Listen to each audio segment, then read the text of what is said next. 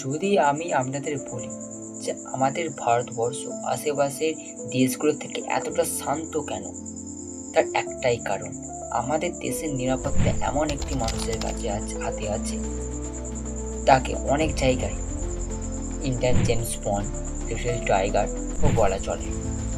বা ইনি এমন একটি মানুষ যার সাহস এবং তার পরিকল্পনা ভারতকে এখনো পর্যন্ত বাইরের শত্রুর হাত থেকে বাঁচিয়ে এসছে।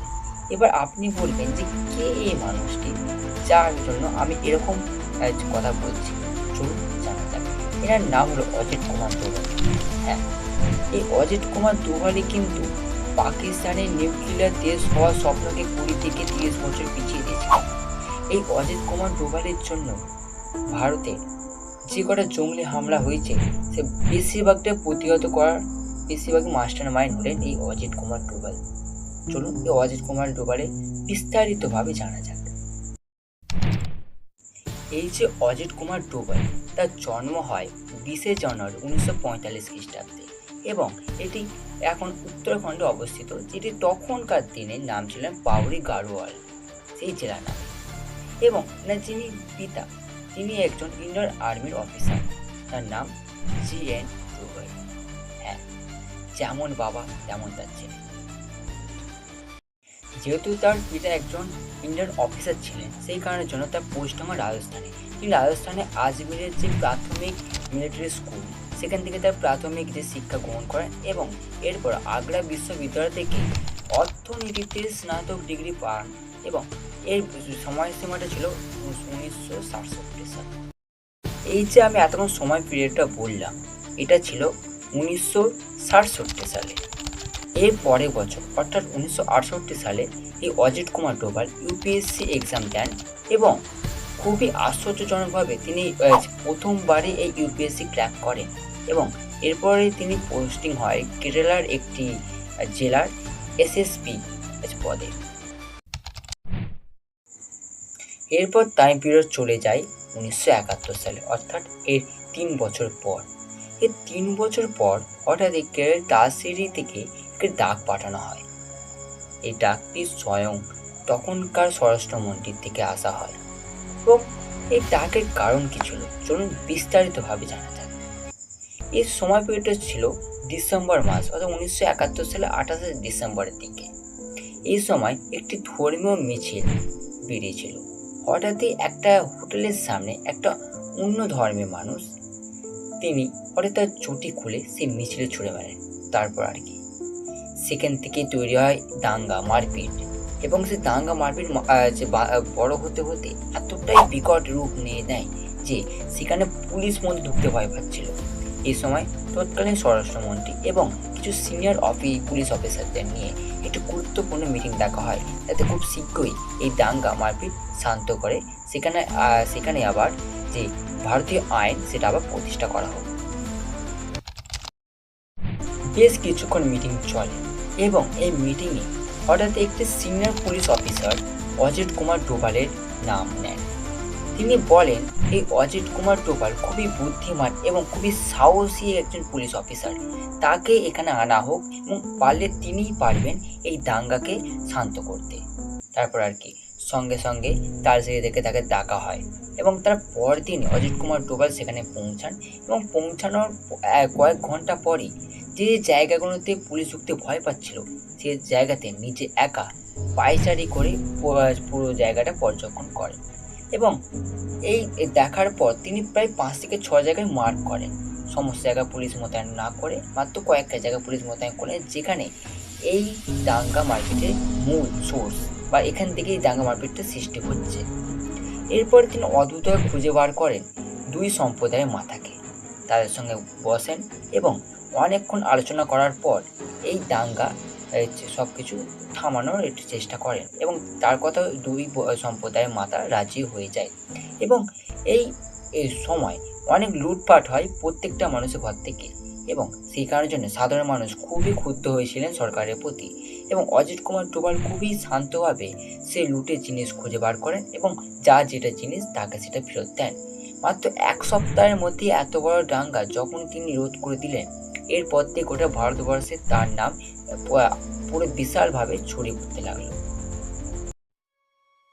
1971 সালে ঘটনার পর তার গোটা ইন্ডিয়াতে তার ভালোভাবে আরও নাম ছড়িয়ে যায় এবং তিনি যোগ দেন দিল্লির একটি ইন্টেলিজেন্স ব্যুরোতে এবং তার গুরুত্বপূর্ণ সদস্য হিসেবে তিনি গণ্য হন।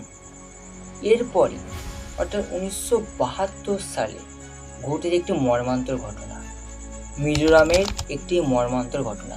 তখন মিজোরাম ছিল আসামের একটি অংশ এবং মিজোরামবাসীরা যে সমস্যার প্রত্যেকবার সম্মুখীন হচ্ছিল সেটা হচ্ছে একটি নিয়মটা হচ্ছে এমন যে আসাম সরকারের যে একটা নিয়ম ছিল তাতে বলা হয়েছিল যে আসাম ভাষা না জানলে কোনো সরকারি চাকরি পাওয়া যাবে না। আর সমস্যাটা হচ্ছে এখানেই, মিজোরামবাসীরা বেশিরভাগই আসাম ল্যাঙ্গুয়েজ বা ভাষা জানতো না এবং এরপরে তাদের মনে একটি ক্ষোভ সৃষ্টি হতে থাকে যে একটি ভাষা না জানার ফলে তাদেরকে সরকারি চাকরি থেকে বিচ্ছেদ করে দেওয়া হচ্ছে। এবং এই ক্ষোভকে কাজে লাগিয়ে লালডিঙা নামে একটি ব্যক্তি সামনে আসে তাদের মাসিয়া হয়ে এবং তিনি ভারতীয় সরকার এবং তার পাশাপাশি আসাম সরকারের প্রত্যেকটি পলিসি, প্রত্যেকটি পদক্ষেপের উপর তীব্র বিরোধিতা করতে থাকেন এবং এর ফলে এই লালডিঙা একটি দল গঠন করে যার নাম হলো মিজো ন্যাশনাল ফ্রন্ট। আর এই মিজো ন্যাশনাল ফ্রন্ট আরও শক্তিশালী হয়ে ওঠে এই মিজোরামিদের প্রবল সমর্থন। এরপর সবচেয়ে সমস্যা জায়গাটা হলো এই আসাম সরকার দুটি ব্যাটালিয়নকে ডিসমিস করে দেওয়া। এই দুটি ব্যাটালিয়ন ডিসমিস করার কারণ ছিল এই ব্যাটালিয়নের বেশিরভাগ সংখ্যাই ছিল মিজোরামের, আর এর ফলে এই দুটি ব্যাটালিয়নকে ডিসমিস করে দেওয়া হয়েছিল এবং এর ফলে এই ব্যাটালিয়নের সৈনিকরা খুবই ফেটে পড়ে এবং যোগ দেয় মিজো ন্যাশনাল ফ্রন্টে এবং গড়ে তোলে একটি জঙ্গি গোষ্ঠী। এবং তাদের দাবি একটাই, এবার কোনো রাজ্য বা কোনো আলাদা দাবি দাবা নয় বা আলাদা অধিকার নয়, এবার চাই তাদের একটা নতুন দেশ। তারা আর ইন্ডিয়ার পতাকা না তুলে নিজের স্বাধীন মিজোরামিদের একটি স্বাধীন দেশ গড়ে তুলবে এবং তার স্বাধীন একটি পতাকা তারা গঠন করবে।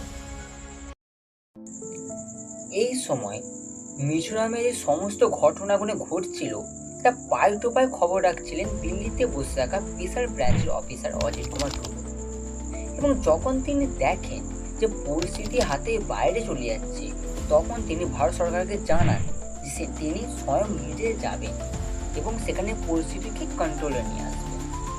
তখনকার প্রধানমন্ত্রী ছিল ইন্দিরা গান্ধী। তিনি তার প্রস্তাবে রাজি হন এবং তারপর তিনি সেখানে পাঠানো তাকে ব্যবস্থা করে দেন একটি স্পেশাল ব্রাঞ্চের অফিসার হিসেবে সেখানকার লোকাল জন্য।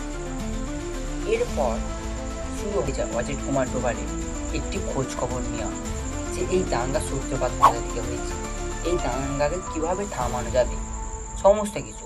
তারা 1 থেকে 2 সপ্তাহ খোঁজ খবর নেওয়ার পর তার হাতে দুটি বিশেষ খবর উঠে আসে। প্রথমটি হলো এই লালডিঙা এত শক্তিশালী কেন। প্রথমত জনগণের সাপোর্ট তো অবশ্যই, প্লাস এই লালডিঙার আছে বিশেষ 7 জন কমান্ডো বা অফিসার যারা এই পুরো দাঙ্গাকে নিয়ন্ত্রণ করছেন এবং তারা তাদের ক্যাম্প বসিয়েছে মায়ানমার পাহাড়ে এবং সে পাহাড়টাকে খুঁজে বার করা অজিত কুমার ডোভালের একমাত্র উদ্দেশ্য হয়ে দাঁড়ায়। এর সঙ্গে যে দ্বিতীয় খবরটি তিনি পান তা হলো যে 7 জন কমান্ডোর সঙ্গে লালডিঙার সেরকম যোগাযোগ স্থাপন নেই বা তাদের মতবিরোধ মাঝে মাঝে হয়ে থাকে। এই সুযোগে সদ্ব্যবহার করতে চায় অজিত কুমার ডোভাল। সেই কারণের জন্য তিনি এই মায়ানমার পাহাড়ে তাদের ক্যাম্প কোথায় বসানো আছে তা খোঁজখবর নিতে শুরু করেন এবং নিজেকেও সেখানে খোঁজাখুঁজি চালু করেন। প্রায় 1 থেকে 2 সপ্তাহ পর তাদের সঙ্গে অজিত কুমার ডোভালের দেখা হয়। প্রথমত আস্তে আস্তে তাদের সঙ্গে যোগাযোগ স্থাপন, তারপর তাদের সঙ্গে বন্ধুত্ব করে আস্তে আস্তে তাদের মধ্যে একজন হয়ে ওঠেন এই অজিত কুমার ডোভাল। 1 থেকে 2 মাস পর তিনি একদম তাদের মধ্যে মিশে যান এবং 1972 থেকে 1974 এই 2 বছর ওদিকে বোঝাতে থাকে অজিত কুমার ডোভাল যে তোমরা ভারত সরকারের সঙ্গে মিলে যাও, কারণ আজ নয় কাল কোনো না কোনো অপারেশনের মাধ্যমে ভারত সরকার এই মিজোরামের পাওয়ার কিন্তু দখলে নেবে। তখন তোমাদের কিন্তু জেল এবং মৃত্যুদণ্ড ছাড়া আর কোনো কিছু শাস্তি দেওয়া হবে না। তার আগে যদি তোমরা ভারত সরকারের কথা শুনো তারা হয়তো এই মিজোরামকে একটি আলাদা স্টেট হিসেবে ঘোষণা করে দিতে পারে এবং মুখ্যমন্ত্রী সহ বাদবাকি যে বড় বড় পোস্টগুলো আছে তার দায়িত্ব হয়তো তোমরা পেতে পারো।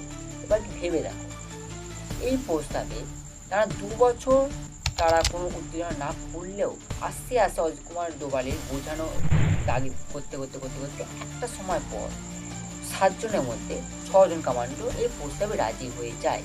এবং যখন লালডেঙ্গা দেখে তার পার্টি হালকা হয়ে যাচ্ছে, কারণ বেশিরভাগ তার যে ভরসাযোগ্য 7 জন কমান্ডো ছিল তারাই তার পক্ষ থেকে সরে যাচ্ছে, ভারত সরকারের পক্ষ নিয়ে দাঁড়াচ্ছে, তখন লালডেঙ্গা সিদ্ধান্ত নেয় যে তিনি ইন্ডিয়ান আর্মি তথা ভারত সরকারের সঙ্গে নেগোসিয়েটে বসবেন এবং তার কথাবার্তা জানাবেন।